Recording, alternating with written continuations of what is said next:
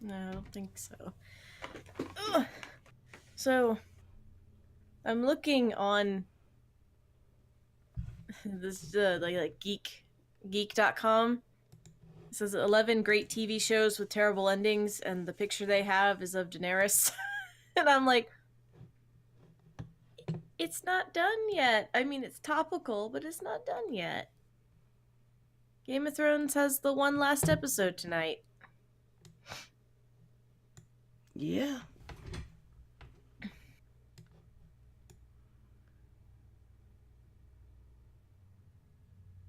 There. You're more centered than I am. Let's get mine's easier. Well, we could do this.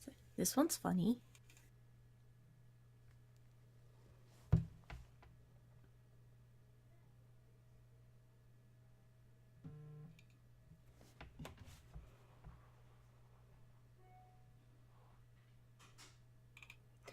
Got 2 notifications. We went live the same time as Frog Pants. Damn it! Row.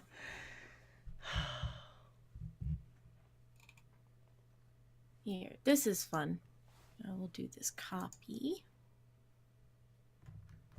Diamond Club hopes you have enjoyed this program. Paste. Diamond Club hopes you have enjoyed this program.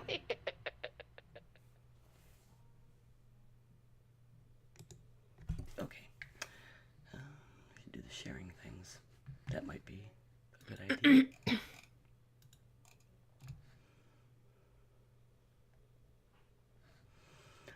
I'm so drowsy. So drowsy. Yes. Had a very busy weekend. Yeah, I had to stop myself from napping this afternoon. I was like, no, don't nap. A, you have things to do, and B, you're gonna throw off your sleep schedule. Do not nap. But naps are awesome. I mean, I like naps. Yeah. All right, next. Okay, that's done. Test the bot.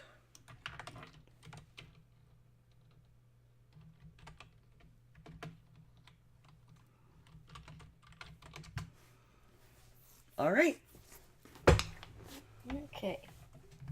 Let me go to my Twitch. Boink and boink. Says I should look for a news thing.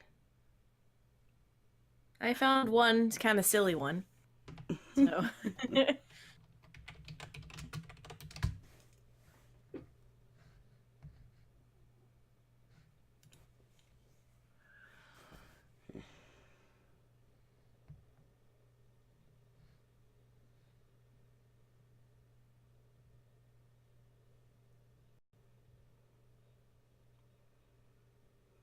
There we go.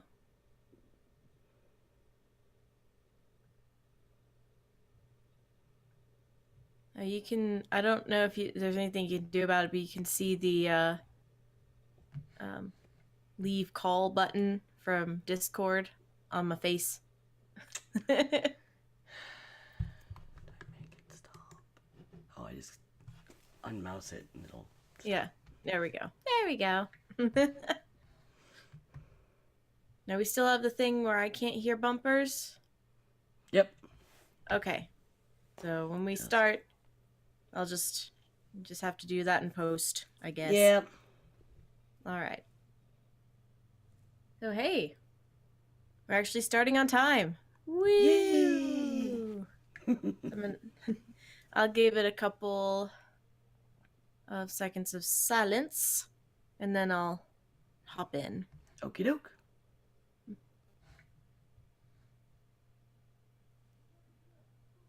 Hello and welcome to episode 134 of Geek Girls. Geek Girls podcast is supported primarily by our patrons. You can find us at www.patreon.com/grills. I am Linda, and I am joined by my co-host September, aka 9 of 12. Hello.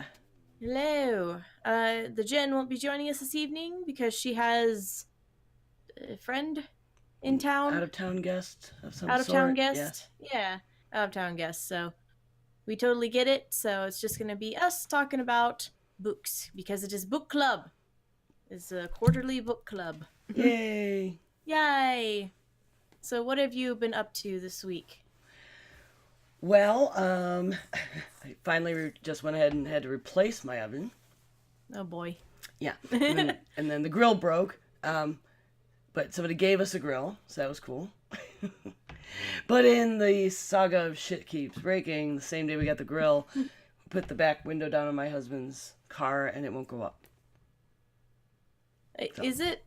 There's just a gremlin that's hopping around your house. One of my sons is convinced it's haunted at this point. It's like once you fixed whatever it was living in, it's just like, well, gotta find a new home and hop over to the next thing. Yep. Then breaks. Now, last week I wasn't around. Our new doggo got an ear infection. He's recovering nicely.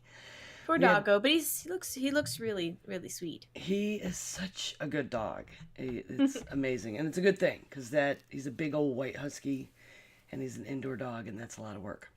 Mm-hmm. But he's good. Tried to take the cone of shame off today, but he was fussing with his ear, so had to put it back on. Hopefully he'll quit that. Yeah. Finished up watching all of the new season of Lucifer. Mm-hmm. That was a lot of fun. I have concern. I hope they haven't confirmed another season. Like Netflix picked it up when it was canceled by Fox. Mm-hmm. And they kind of ended it. I don't know. People call it a cliffhanger. It seemed very tidy to me. Like it could seriously just end that way. I'm like, no, don't. Want more. So that's about that. I mean, just busy with stuff. My husband had a gig with his band on Friday and a gig by himself last night. Mm-hmm. So I spent way too much time out at bars. This is bar hopping. Nothing wrong with that. Last night I drank like water for hours. And I was like, well, I'll have a Moscow Mule before I go home. So what about cool. You? What have you been up to? Well, yesterday I went to the Renaissance Festival. I specifically went for two things. One, I got a new pair of horns for a character. So they're nice. They've got little curves to them. The way I'm gonna wear them is that they're gonna be facing backward, so that they've got a nice, like swept back look. I bought them for a character because, of course, I did. And then the other thing I bought for the same character was her own perfume, custom perfume.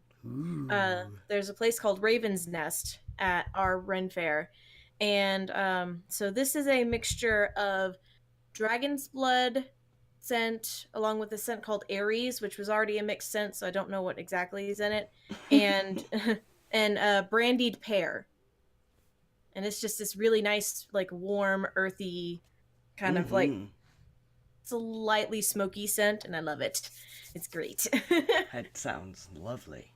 Yes, it was really good.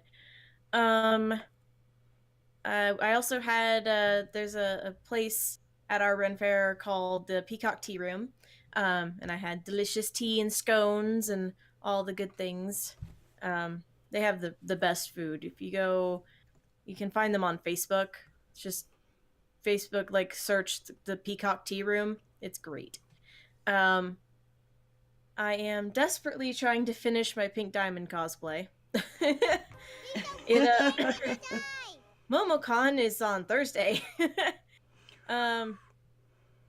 So I've been doing that all day today is what, because I've just been super busy the past week. Like, I had 2 concerts Thursday and Friday. I was working on that Wednesday.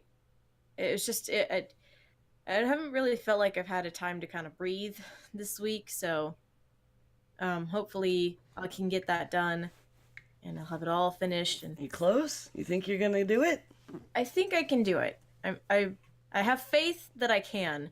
It's just gonna take me just sitting down and like hermiting for the next like 3 days, just being like, don't talk to me, I am crocheting.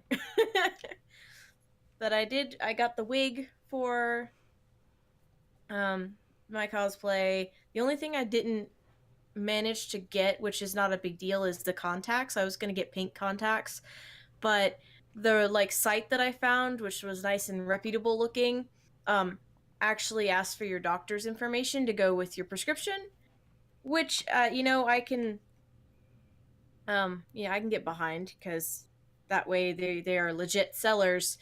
But my prescription is out of date, Oh. and I did not have time to schedule an eye appointment um before this point. So it's like, you know what? I'm just going to do a really nice pink eyeshadow look because I'm not painting myself pink because I've done that before and I'm not going to do it again. You could probably get pink false eyelashes.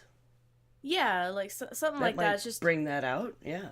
yeah. So like the wig is a little like more brightly pink than what she is in the show. It's more of a cotton candy, but because I'm not doing the full face, hands, whatever makeup, it's a little brighter pink is going to be fine. So Sure. I'm gonna be at peace with that.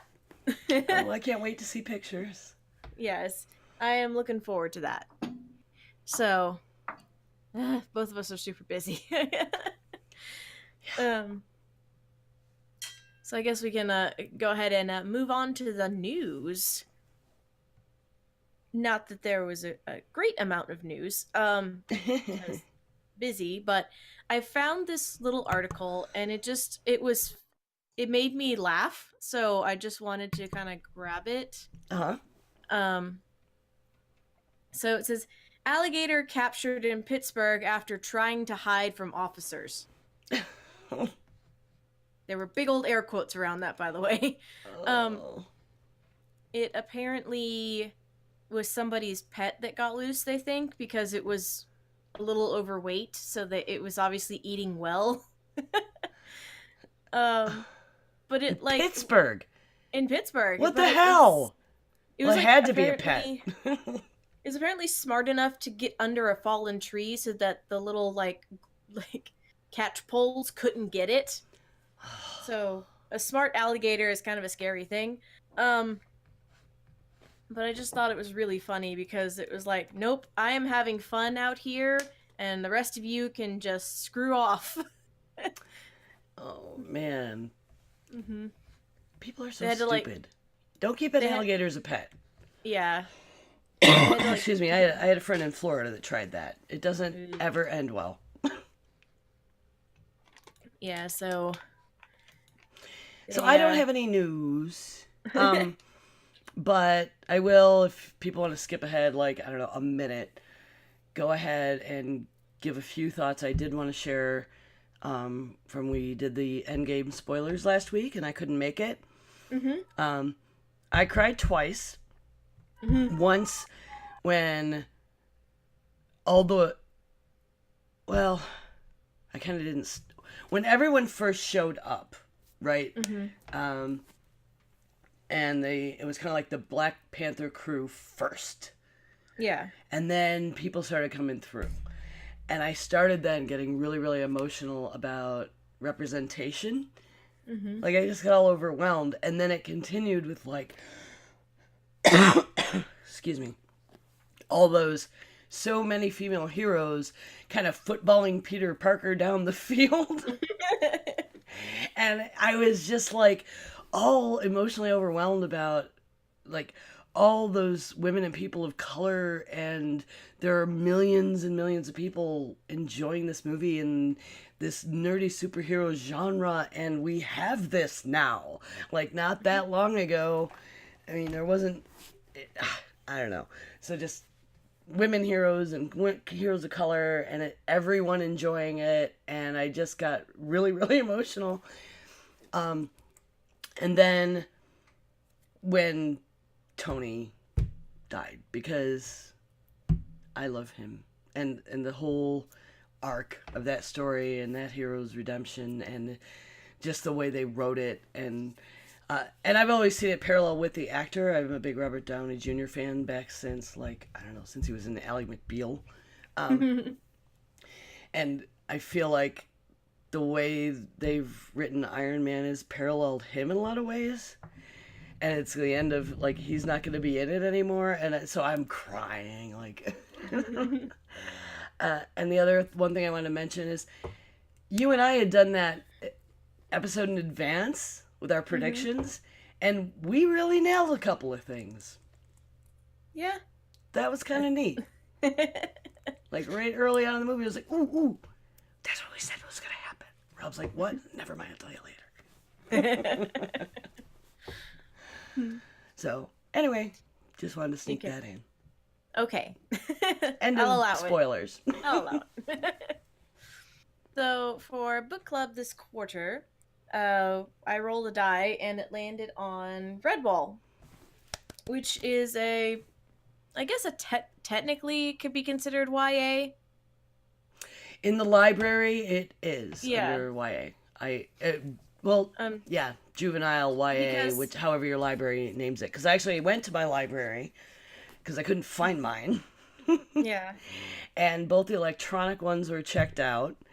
And so I went there, and then I ran into, I didn't know that there were a whole bunch. I didn't know it had become a world in its whole other series. And they had a whole bunch of those, but they didn't have this first original volume, which is the one I had read before. Yeah, I know for me, I mean, I was obsessed with this book series in middle school. That's when I discovered it. It was like my absolute favorite.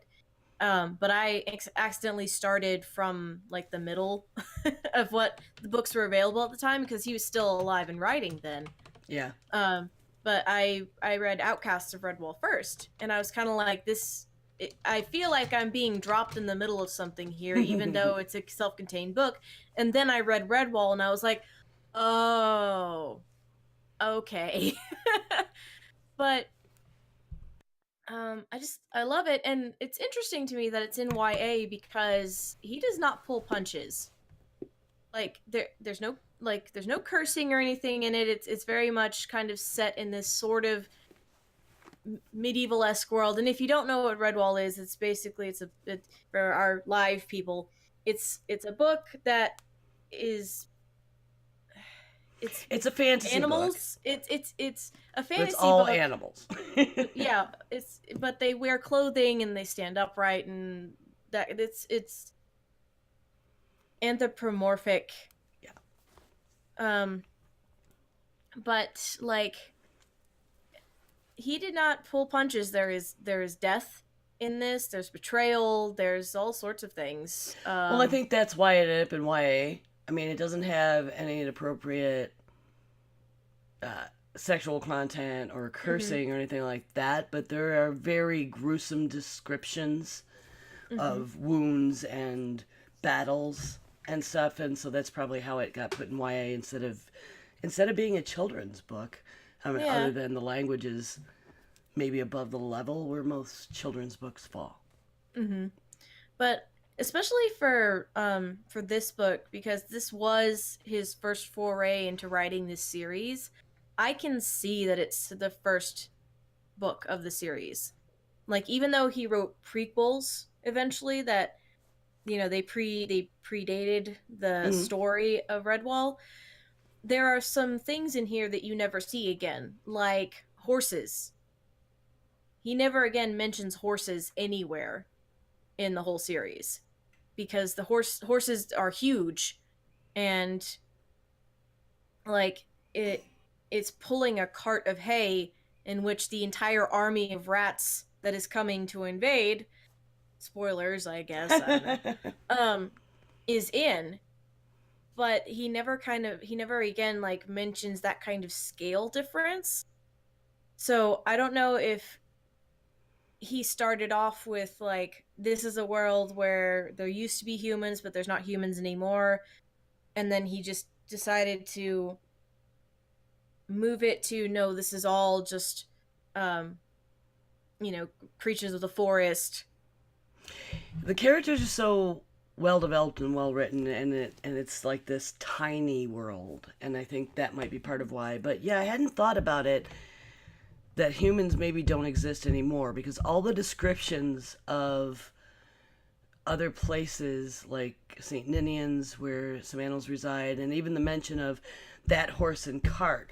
The cart is described as having been very run down and rickety. Like any place it seems humans may have occupied is run down. Yeah, but then So like maybe they don't exist. I don't know. I didn't read any of the other series. I know they didn't show well, up in this one. later on in the series they talk about the buildings being built by the characters, by the animals. Like Redwall Abbey was built by mice. Yeah. So was Saint Nenan's. So it's Okay. it's like I wasn't it's clear like on St. Ninian's. yeah, so like it's like maybe at first that was going to be a thing, and then he decided, no, we're just going to take humans out of the equation altogether, which is fine by me. This series doesn't need them. Yeah. But there are bilge rats and stuff. There are bilge rats. There's like later on in later books, there's corsairs that are like ferrets and weasels and all Yeah, and sorts of there's a lot of things. that in this book, but I mean, as far as where they came from, like I am curious too, and we can't ask him now because he's dead. No. But Yeah. like for a horse to be fixed to a cart the size, like there would have to have been humans almost.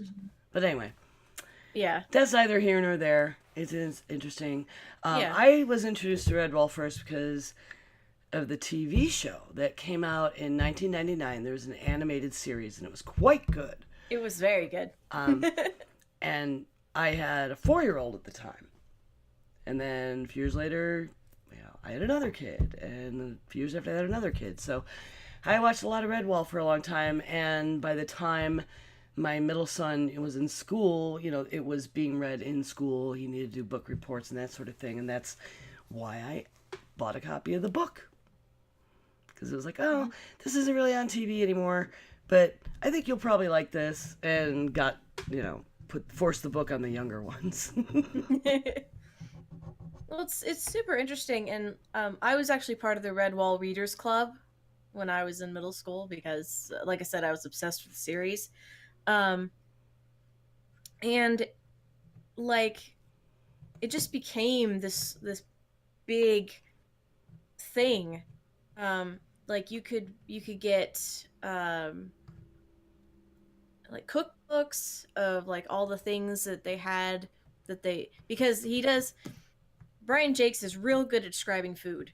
Yeah. There's always at least one kind of like feast thing going on like that happens in the book, and I think it's because it was a way for him to like show off like the camaraderie and just like the warmth of the characters like caring for each other. It because it's always there's always at least one, and so it like these recipes, they started coming up with the recipes for these foods that he would describe so you could have your own Redwall feast.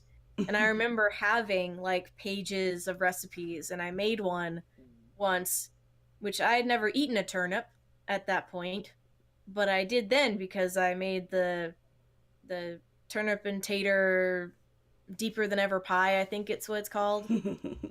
And so I was like, a turnip. I've never seen one of these before. I guess it was my first foray into the Brit-lit, like, all the British things. I got into Doctor Who, like, not as much and later in life, but that was like the first. He's very, indeed, descriptive of the foodstuffs and like that they have agriculture. I think that's another thing that like makes this world really, really rich. Right, like describing how this little civilization works, and foods that are centric to animals. Right, they fish, but they don't do a lot of hunting. They're little teeny things, but they actually cultivate, which is really interesting. well, to me, Yeah. because I'm a bit of a, food nerd. Um, did you know, and this came up because I ended up buying the book on Kindle for the reread, and he used to do stand up. Really? Yeah. I was like, Okay. it came up right in the author bio. When you buy it on Amazon, they're like, it in his who he is, this author and everything. He stand-up comic is in the list. I'm like, what? And I didn't get the links into the notes because I was doing the mobile, but I will add some to our show notes because I did find some YouTube videos, and a lot of it is him doing book signings and stuff. But he is so showing up these bookstores and doing a bit, doing stand-up. He is very, very entertaining and funny. That's really, really cool. I thought you'd appreciate that. I was like, ooh, if Linda doesn't know that, I know she's going to Yeah. start watching that because she's, you're such a big fan of his writing. Mm-hmm. Well, there's another. This is kind of an aside. There was another series he did called The Flying Dutchman, and I didn't get into that one as much as the Redwall series. I don't know why. It Hmm. was it was just as well written. I guess I didn't connect with the main character as much as I connected with the Redwall series main characters. Mm-hmm. Strange. I might try it now that I'm like older, but like when it first came out, like they'd be like, "Ah, Brian Jakes has written a new book," and I'd be like, "Ooh, another Flying Dutchman." Damn it. So are you surprised? I mean, you read a lot of these other Redwall books. Hmm. Um, but Redwall, from my understanding and what I read, was really intended to be self-contained. And Hmm. I think that in the fandom, it just obviously got such a good reaction, he decided to write more books in that world. Yeah, well, I he started off with Redwall, and then he wrote the sequel to it, which was basically about the main character's son, Mm. and it actually Yeah, brought back Matameo. And characters. the TV, Matameo. yeah, the TV show actually followed him too. It went further, Yeah, I because so remember. it was it, and it brought back characters from the first book, which is actually one of the few that does that. The rest of them are like farther along in the timeline, or they're set in like a different place, even though they're in the same like time. The only other ones that I think are like consecutive like that are like Martin the Warrior and Mossflower, because they're both about Martin the Warrior, but one is him before he got to Mossflower Woods, and one is what happened when he got to Mossflower Woods. Mm-hmm. So, but like the rest of the books, they'll like call back to like specific characters, like, oh, this was my, you know, great grandmother, or oh, I remember the stories about this person, but they're all set as their own kind of little, as you said, like self-contained stories in this universe. Gotcha. Yeah, I got the library, and I was like, Mm-hmm. my friend Lisa works there, and I was like, "Where's Redwall?" And she walked me over. I'm like, "None of these are it." I think I can't remember how many are in the series. I think it's like 21 or something like that. Wow. Yeah. Another nifty thing he does with character development is linguistic tricks. Mm-hmm. Uh, Although, man, Whether the reading cadence of somebody speaking or just the mannerisms they use and the stuff with the moles in particular. reading the moles was always really hard for me. I always had to like slow down because I'm a fast reader. So I Yeah. always had to like slow down and be like, "What is this? What am I looking at?" Yeah, and I almost have to like put a Cockney accent in my head to even pull some of the words out of it. Mm-hmm. And he was obviously conscious of that because he Mm-hmm. had Methuselah, the older mouse, the explanation was like he basically had this power and he could understand all the animals' languages, and that was explained. But he didn't very often have to translate. But he would translate them all sometimes, even though it was written right there. Yeah. Do you have a So, favorite character in the first one? I actually really like Cornflower. Um, she I think she probably could have been fleshed out a little more, but she was very, very sweet, and I liked that kind of as it went on, she kind of showed more and more courage Hmm. because it kind of started out that she was just oh the field They kept saying mouse's she was daughter. shy, Yeah, and then she kept initiating conversations.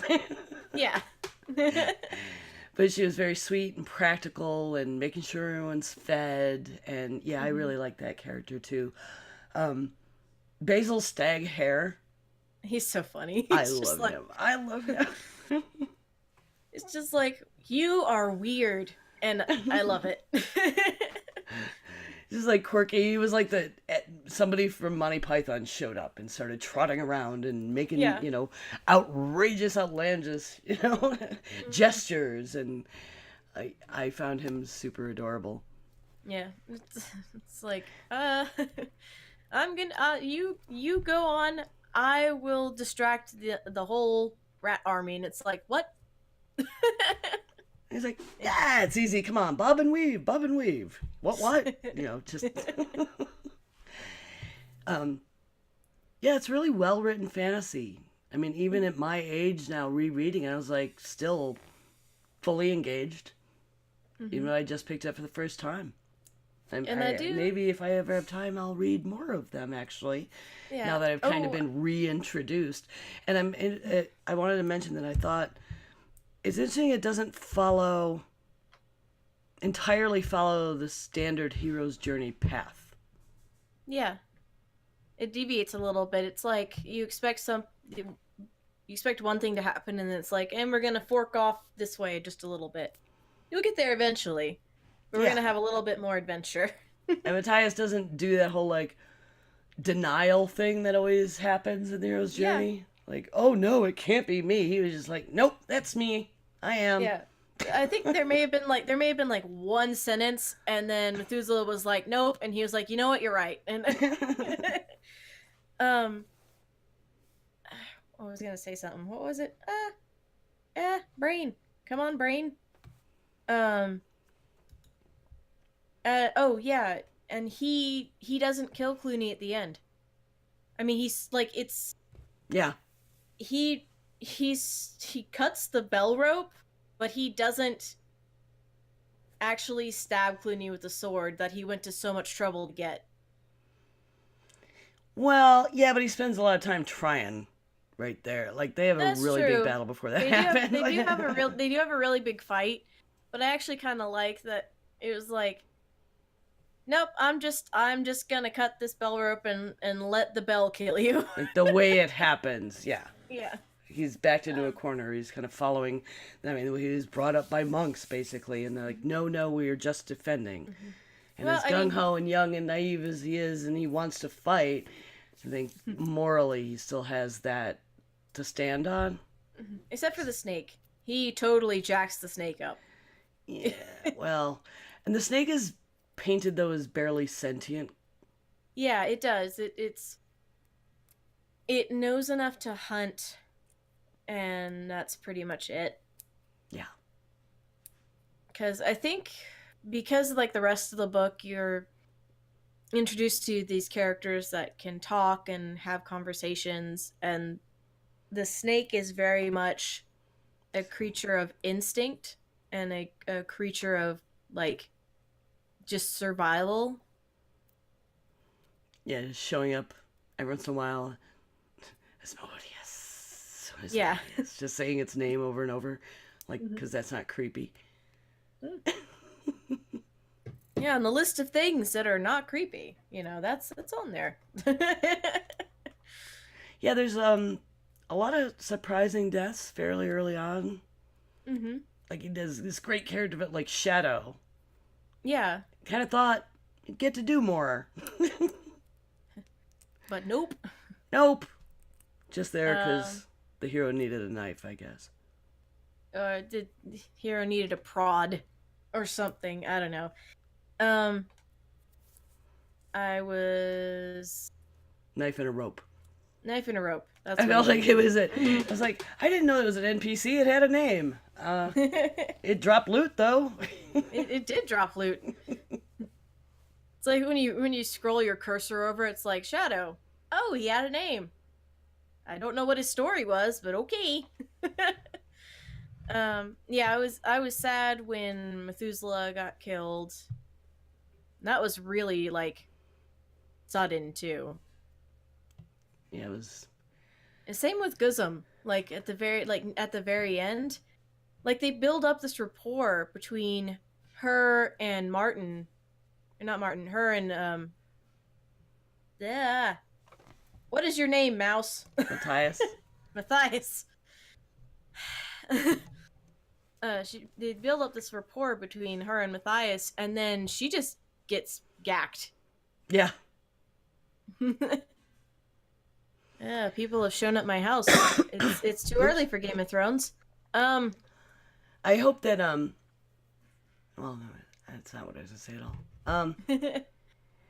I think though if I had a favorite, it would be Constance.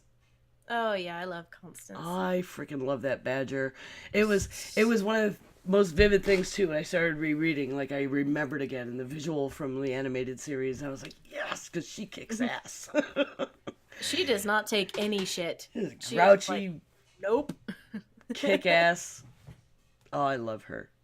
She's the muscle, but you know. Well, The yeah, birds but are irritating, suitably irritating. oh yeah.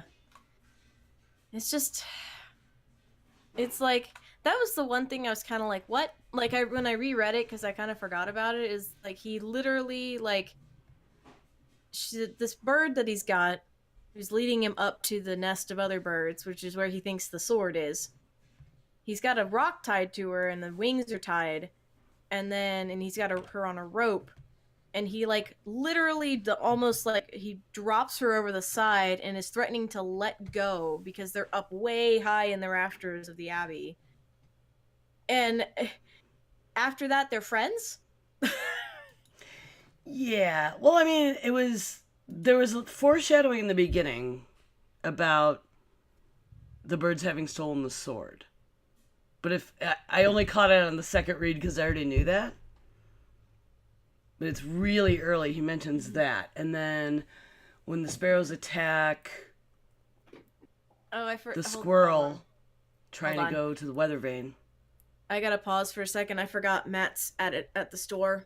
Okay. I have to go let people in. I'll be right All right. back. Editing challenge at 7:33.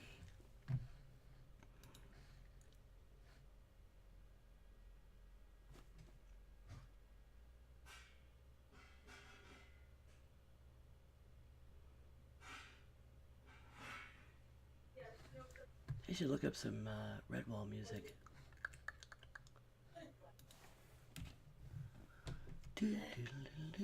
Blurg.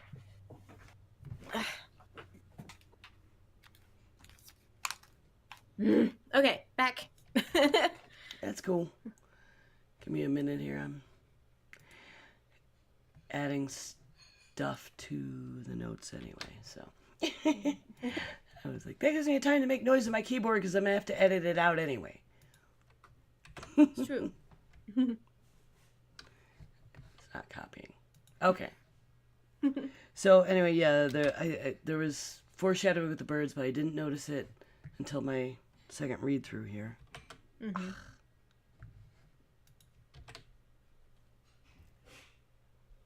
I don't know what I'm doing wrong here. All right. But then there was kind of like the whole point, right? Yeah. When you get to the end of the book and the whole Abbott's dying words about it. War is hell, but now we can be allies again type thing. Mm-hmm. So that's pretty great. I mean, as far as story arcs go. Yeah. No, it's got a good arc, and like I like kind of that each book is split up into like 3 small books. So it's like, and it kind of like the beginning of it, the title of each like small book inside the book kind of tells you what part of the journey you're on, which I think is cool. And he did that for every book that he wrote. Which if you're wanting to read more of the series, my absolute favorite of the Redwall series is The Pearls of Lutra. That is my favorite of it because it's full of puzzles and like poems, and they have to go searching around the abbey, so you actually get to like know more about the abbey and like Mm. different places in it. And it's just really cool. I think I'd really like that too because I liked a lot of that with Matthias and Methuselah, the puzzles, the figuring out all the poems they found. That was one of my favorite parts of this book. Like, see if I could figure out what it meant, but you never could quite puzzle it together because I mean we didn't Mm-hmm. know in the Yeah. Abbey. We don't live there. Mm-hmm. But But there like were the some things like the moonlight, streaming mm-hmm. at a certain time. That was like you could figure that bit out. Yeah. But like the Pearls of Lutra is all like riddles, like a bunch of riddles. It's really cool. Now, would it stand alone? See, I hate that though. Like there are parts of the Ender's Game series I haven't read because I stopped because we were missing a book in the middle. Mm-hmm. I'm one of those people. If I'm reading a series, I have to read them all in order. Well, you can read that one on its own. I think because it's in world, but it's set many years after Redwall. Hmm. Like I think like maybe some of the characters are mentioned as like, oh, he was the warrior at this time or whatever. Mm. Um, now I want to go back and reread it. So I think you could probably read it on its own, but you have the whole list. There's two lists. One list is them in chronological order, and the other list is them in the list of the time they were written. So Hmm. the one after Redwall is Madameo, and then you have to go from there. I don't remember when. Hold on, it might be in the back of my book here. I have the 10-year anniversary book, so it might actually be in the back of what they go. This originally came out in 1986, Mm-hmm. so no wonder I missed it. That was like Mm-hmm. I was a senior in high school. Not Yeah, exactly in my radar at that time. these came out much earlier. Like these came out way before I was in middle school, so that's why there was a bunch of them that I could read. Uh, that is not in order. I know for a fact that that is not in order. Hold on. Now I'm curious. I do. Hold on. I'm doing this live. I'm looking at reviews on Goodreads, and this guy's like, I tried to like this. I blame George R. R. Mountain and Mouse Guard. I want my mouse fantasy gritty and more fantastic. Like, calm down, dude. Yeah, calm down. Although, it's not Lemmy either, so there's that. Mm-hmm. I figured I had to bring up I had to bring up Lemmy when I couldn't get the book out of the library. I'm like, damn it. And Rob's like, oh, just watch the Lemmy episode of South Park. I am not going to do that. And act like I'm talking about this book. Yeah. For those in the know, or if you just know Lemmy and you didn't know, it was very obviously in some ways a parody of Redwall. Okay, so actually, I was incorrect. It goes Redwall, and then he wrote the prequel, which was Mossflower. Oh. Then Madameo, then Mariel of Redwall. Pearls of Lutra is actually pretty far down there. So, Mariel of Redwall is also pretty good. Like, I like that one because it's got a strong female protagonist. Which was kind of the first one that he wrote that had that. Like later on, he definitely writes more of that, but like the first three of them definitely have male protagonists, but the fourth one, Mariel of Redwall, she takes no shit from anybody. She literally like wakes up on a beach, tangled up in a rope, with seagulls trying to peck at her and eat her, and she knots the rope up and like just freaking like bolos the hell out of them. So it's like, all right then. Nice. Mm-hmm. So anyway, yeah. So yeah, go read Redwall. It's a good one. Yeah, I totally recommend. It's worth reading. Like I said, at any age. My kids enjoyed it. I enjoyed it again at 50. And it should be handed down. And there are references to it in other pop culture, so you may as well know what you're talking about. Yeah. It's good enough that it's lasted. Mm-hmm. Yeah, the last one of this series was written in 2011.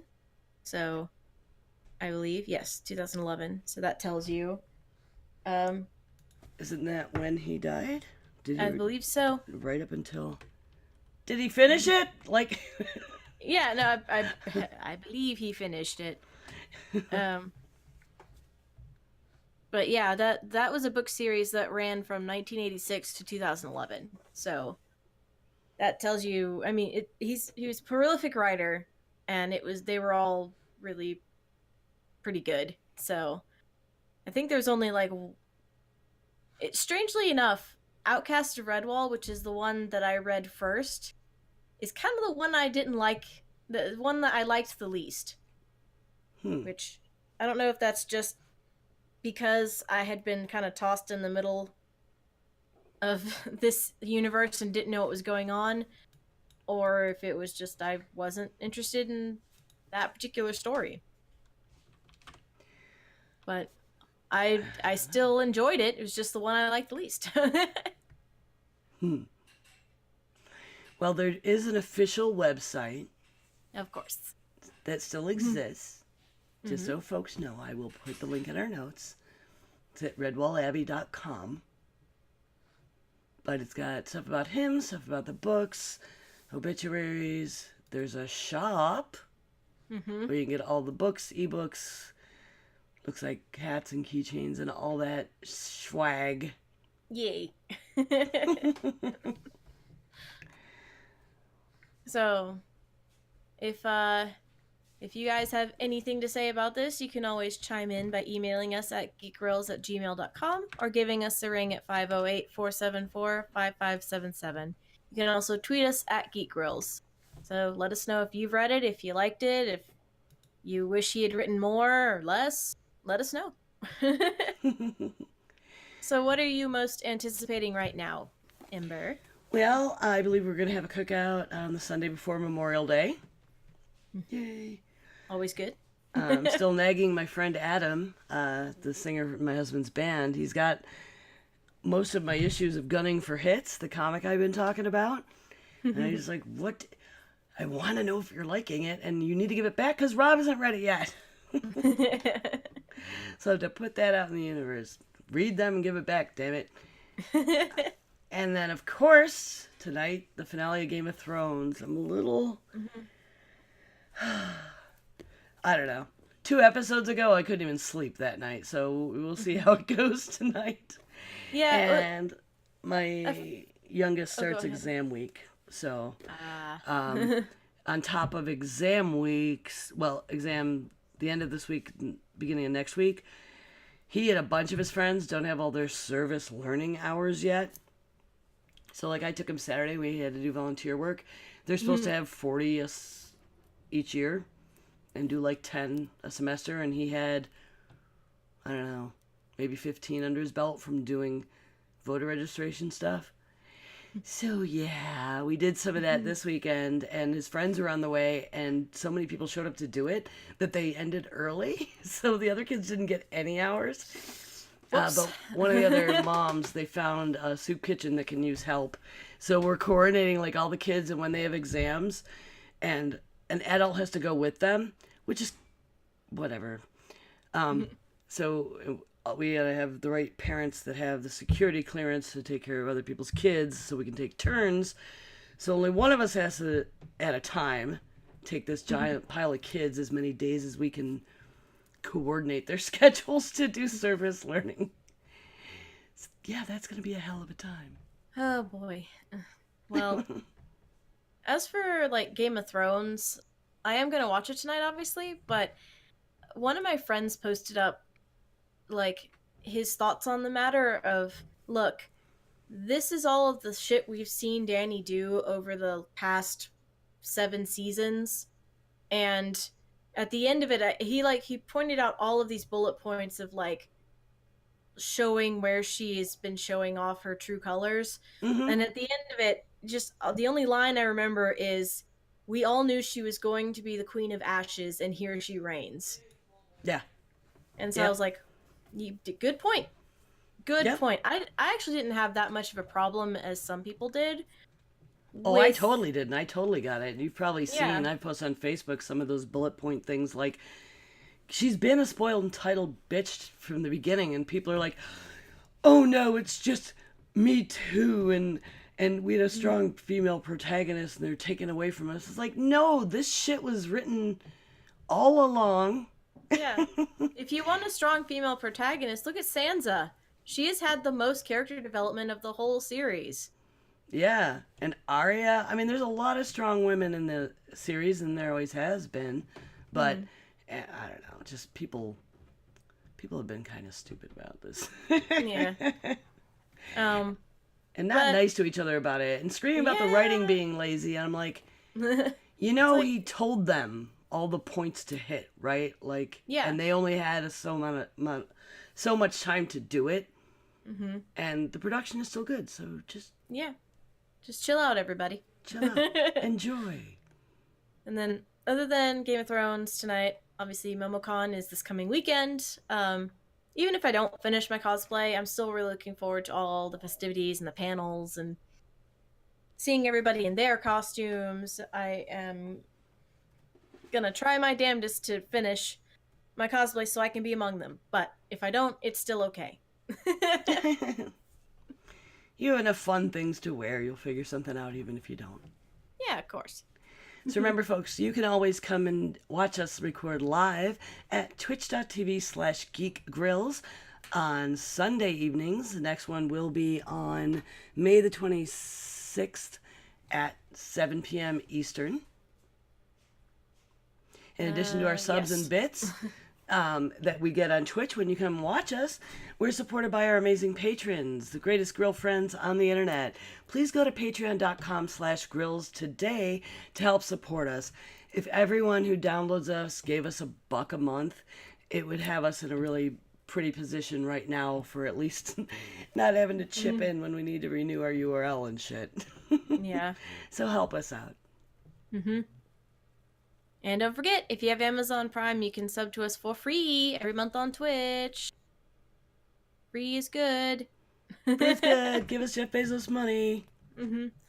And you could also leave a review for us on your podcast catcher, which is also free. It can help our ranking, which helps people find us, which is great. And then you can join our Facebook page and follow us on Twitter and help us spread the word there. So where can we find you on the interwebs? I can be found at 9of12, that's NINEOF12 on Twitter and Twitch, and on the Heresy and Hearsay and Trust Your Cape podcasts. And you can also listen to me talk about women in gaming on the Glitter Dice podcast, which comes out on the first of every month. And you can find me on Twitter under the name True Noob, that's TRUN00B. And you can find the Jen at the Jen Says on Twitter, streaming on twitch.tv/JenPlays, and find everything that she does at thejensays.com because she owns it. So thanks for listening, everyone. Good game. GG! Diamond Club hopes you have enjoyed this program.